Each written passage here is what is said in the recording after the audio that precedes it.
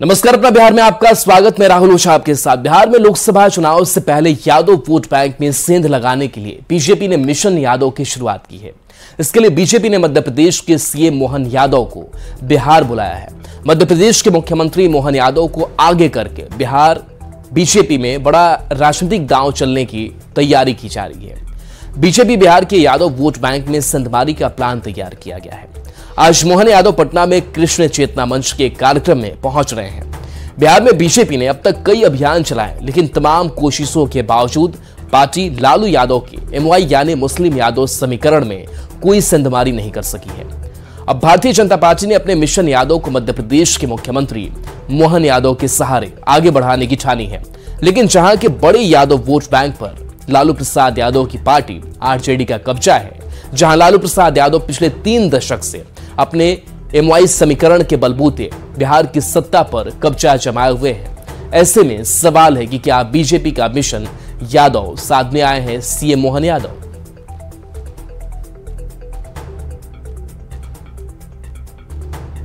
समाज के बिहार के अंदर भी जो समाज है उसके अंदर भी इसके लिए उत्साह है।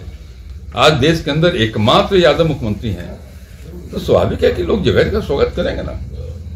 जाति किसी पार्टी की बपौती कभी नहीं होती। समाज तो सब हमेशा अच्छे लोगों के साथ रहता है। तो मध्य प्रदेश के मुख्यमंत्री मोहन यादव के बिहार दौरे से राजनीति भी गर्मा गई है। बिहार में चाहे मोहन यादव जी आए या अन्य लोग आए, उनको पता है कि बिहार की जनता का विश्वास श्री लालू प्रसाद जी, श्री तेजस्वी प्रसाद यादव जी और श्री नीतीश कुमार जी के नेतृत्व में महागठबंधन सरकार ने नौजवानों को रोजगार देकर, नौजवानों को बेहतर भविष्य की ओर ले जाकर और उनके चेहरे को मुस्कुराने का मौका दिया है।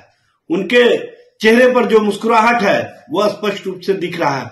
बिहार का नौजवान स्पष्ट संदेश दिया है भारतीय जनता पार्टी को कि मेरे अंगने में तुम्हारा क्या काम है। भारतीय जनता पार्टी किसी भी समाज को वोट बैंक की तरह नहीं देखती। उसके लिए हर कोई समान है। इसीलिए तो एक कार्यकर्ता डॉक्टर मोहन यादव जी को भारतीय जनता पार्टी ने मध्य प्रदेश का मुख्यमंत्री बनाया। यह है असली और नकली का फर्क। भारतीय जनता पार्टी सबका साथ, सबका विश्वास और सबका विकास, इसमें विश्वास रखती है। एक बार नित्यानंद राय जी को भी भाजपा ने आगे किया था, क्या हश्र हुआ आपने देखा ही। पप्पू यादव जी के पीछे भी एक बार आरएसएस ने अपनी सीमित ताकत लगाई थी, उनका भी क्या हश्र हुआ आपने देख लिया। तो जब बिहार के दो नेता नहीं टिक पाए तो मध्य प्रदेश वाले आ रहे हैं बिहारियों का वोट लेने। कुछ नहीं होगा, किसी को आने दीजिए, जाने दीजिए। लालू जी के जो वोटर हैं वो लालू जी, तेजस्वी जी के साथ जुड़े हुए हैं, उन्हें कोई भी कंस आके भटका नहीं सकता। मध्य प्रदेश के सीएम माननीय मोहन यादव जी बिहार आ रहे हैं। भाजपा के लोग उत्साहित हैं कि कार्यक्रम होगा और यादव वोट बैंक उनके हिस्से में हो जाएगा। ये भूल जाते हैं कि यहां राजनीति नीतीश कुमार जी ने जो विकास की धारा बहाई है उस पर तय होती है, इस पर नहीं कि किसी एक जाति के व्यक्ति को आप कुछ बना देंगे और आप उस वोट बैंक पर कब्जा कर लेंगे। अब जानिए कि क्या बीजेपी का मिशन यादव साधने के लिए सीएम मोहन यादव आए हैं। दरअसल जातीय सर्वे के अनुसार बिहार में यादवों की जनसंख्या 14.30% है। बिहार से 5 यादव लोकसभा पहुंचे हैं। बिहार सरकार में 25% मंत्री भी यादव समाज से ही हैं। यादव आरजेडी का कोर वोट बैंक माने जाते हैं। लालू प्रसाद को यादवों का सबसे बड़ा नेता माना जाता है। यादव में लालू के लिए लॉयल्टी है। बिहार में राबड़ी देवी सीएम के पद पर आखिरी यादव चेहरा थी।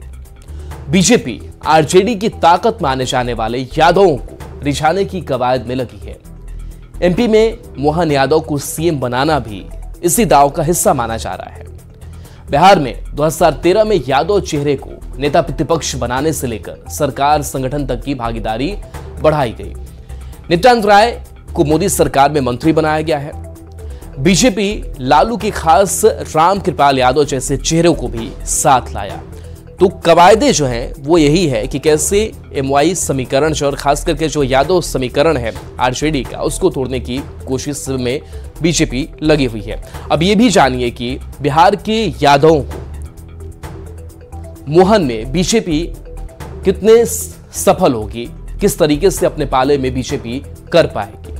तो MP में CM की कुर्सी तक पहुंचने वाले मोहन यादव दूसरे यादव चेहरे हैं। इससे पहले कि अगर बात करें तो 2005 में बीजेपी ने बाबूलाल को CM बनाया था।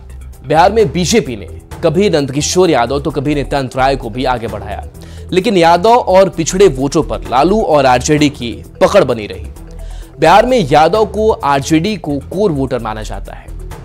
1997 में आरजेडी बनने के बाद 2010 का चुनाव अकेला चुनाव है जिसमें लालू यादव की पार्टी के विधायकों की संख्या 50 के नीचे गई। इससे पहले आरजेडी 2000 के चुनाव में 124 सीट जीता। 2005 की अगर बात करें तो 2005 के फरवरी वाले चुनाव में 75 सीट जीता गया। 2005 के अक्टूबर वाले चुनाव में 54 सीट पर जीत दर्ज हुई। 2010 की अगर हम बात करें तो 2010 में चुनाव में 22 सीटों पर जीत दर्ज हुई। वहीं 2015 पर अगर नजर डालें तो 2015 के चुनाव में 80 सीटों पर जीत दर्ज हुई और 2020 के चुनाव में 75 सीट पर जीत दर्ज हुई। इसी दौरान बीजेपी 2000 के चुनाव में 67 सीट जीती।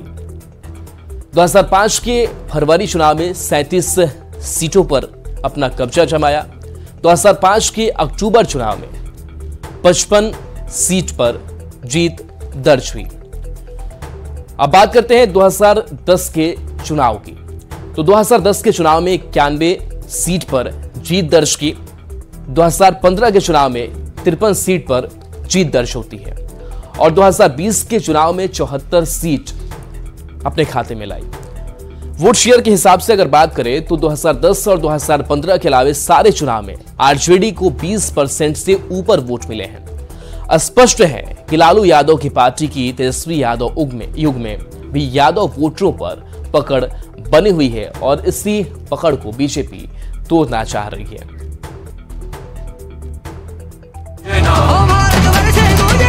जय श्री राम, जय श्री राम, जय श्री राम, जय श्री राम।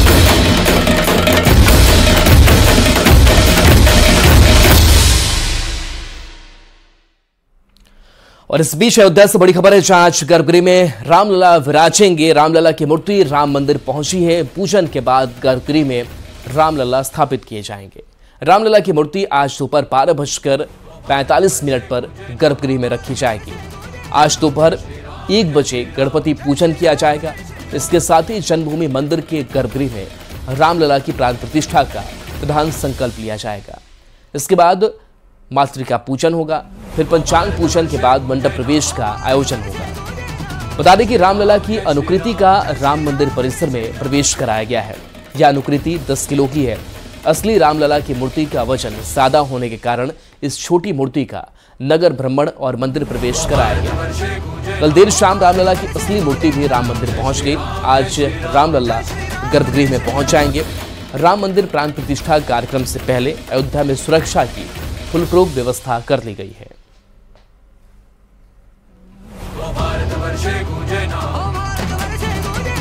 जय श्री राम, जय श्री राम, जय श्री राम, जय श्री राम।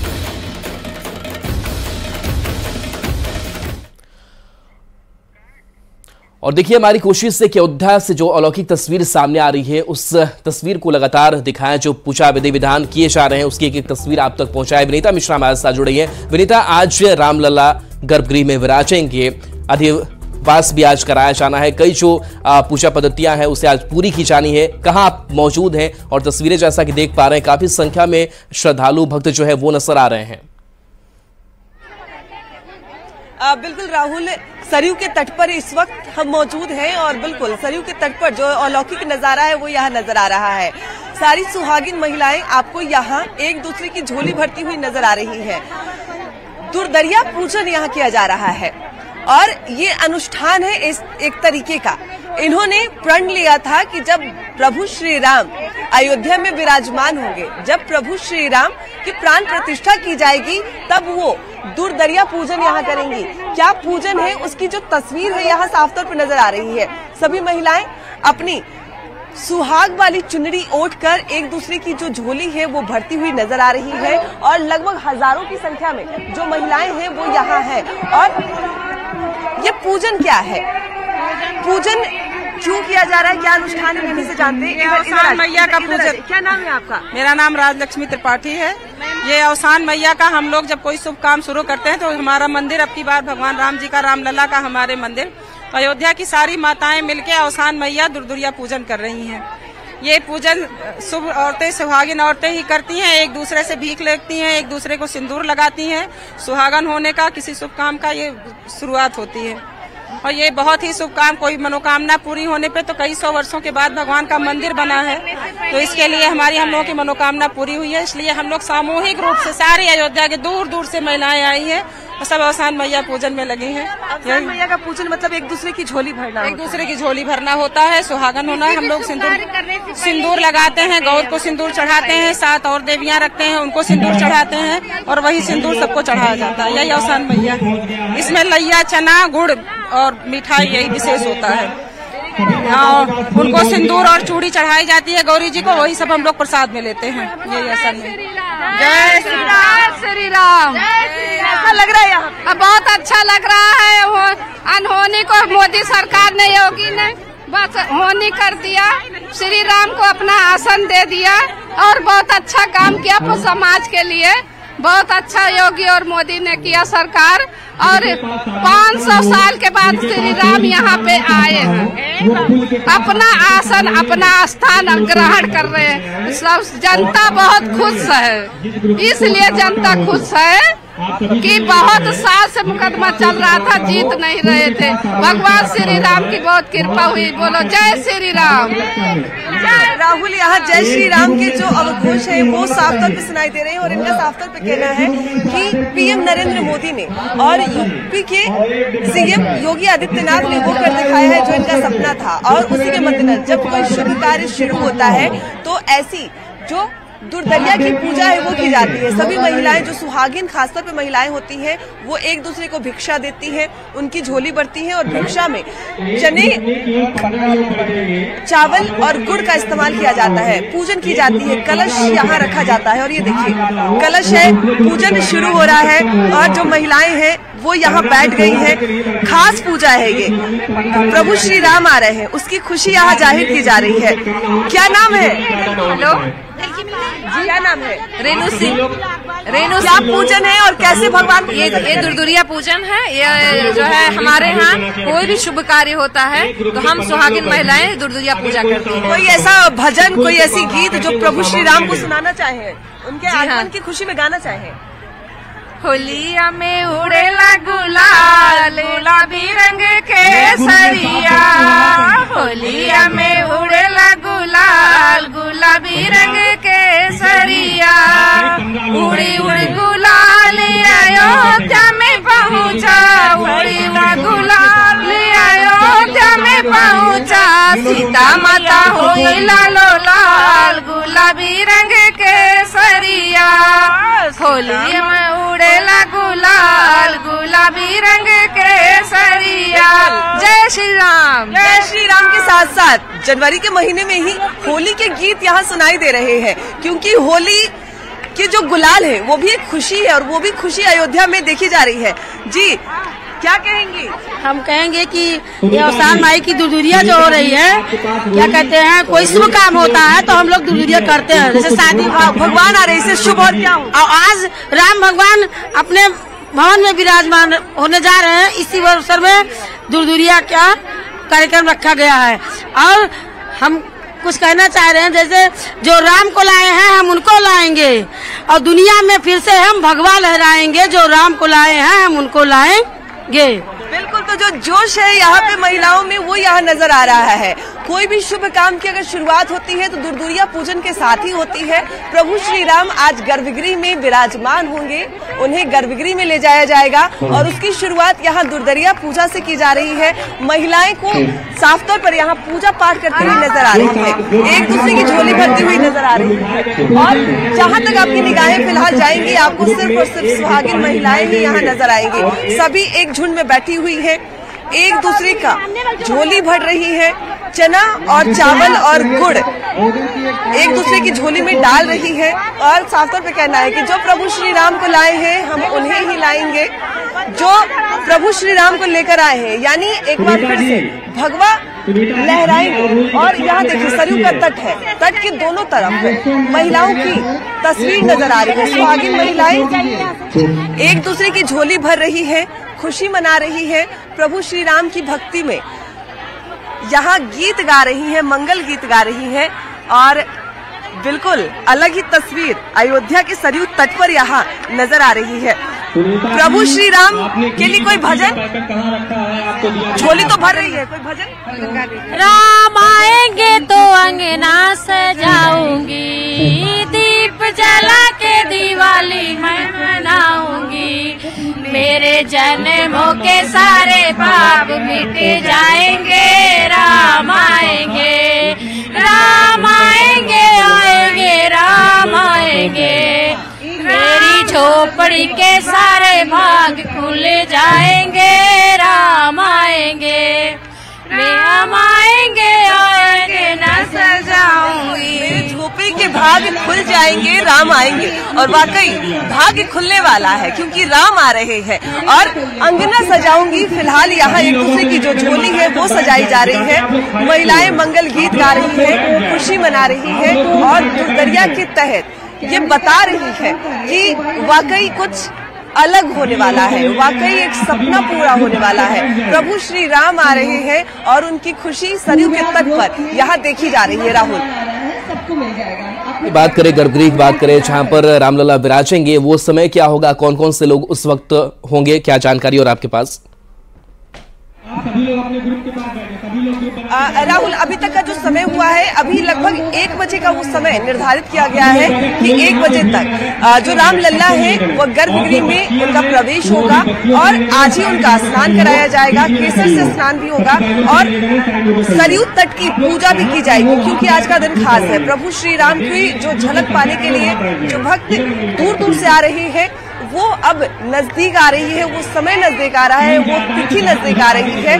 प्रभु श्री राम आज उस अलौकिक मंदिर में प्रवेश करने वाले हैं। 22 तारीख को पीएम नरेंद्र मोदी यहाँ उपस्थित होंगे, प्राण प्रतिष्ठा होगी। लेकिन आज साधु संतों की टोली मंदिर में पिछले कई दिनों से वहीं पे है और आज साधु संतों की टोली वहाँ होगी।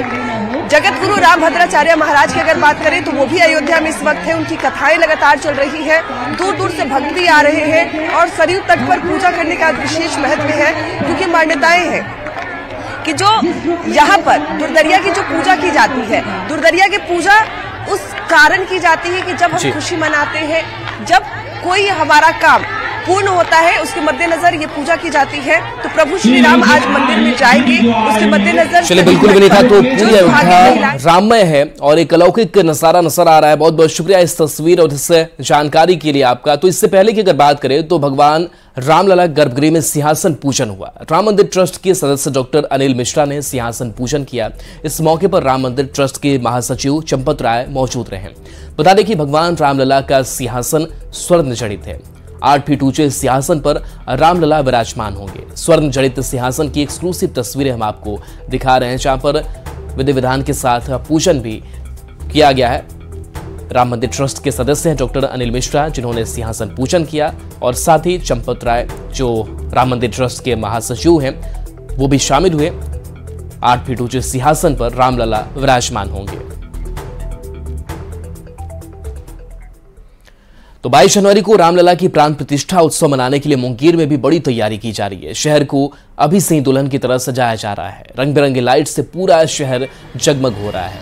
भव्य उत्सव की तैयारी की जा रही है। बाजारों में भगवा ध्वज की बिक्री बढ़ गई है। सड़क पर दोनों ओर लाइट लगाई गई है। दुकानदार और कारोबारी बढ़ चढ़ कर हिस्सा ले रहे हैं। पूरे मुंगेर शहर को दीपों की रोशनी से नहलाने की तैयारी की जा रही है। 22 जनवरी को मुंगेर में दीपावली मनाई जाएगी। सजावट हम सब कर रही है। 22 जनवरी के क्या तैयारी हो रहा है और इससे और हम सब भव्य इसको रूप देना चाह रहे हैं। अभी तो ये स्टार्टिंग हुआ है और थोड़ा सा हम चाह रहे हैं कि आप जो सजावट पीछे देख रहे हैं ये हम सब परसों से ही किए हैं और उम्मीद करते हैं सभी देशवासी से कि ये वीडियो देख के इस वीडियो से कुछ प्रेरणा ले, वो अपने अपने घर को सजाए, दीपावली के तरह इस पर्व को मनाया जाए। प्रभु श्री रामचंद्र जी का अयोध्या में भव्य और दिव्य मंदिर बनकर तैयार हो गया। 22 तारीख को प्राण प्रतिष्ठा है जी।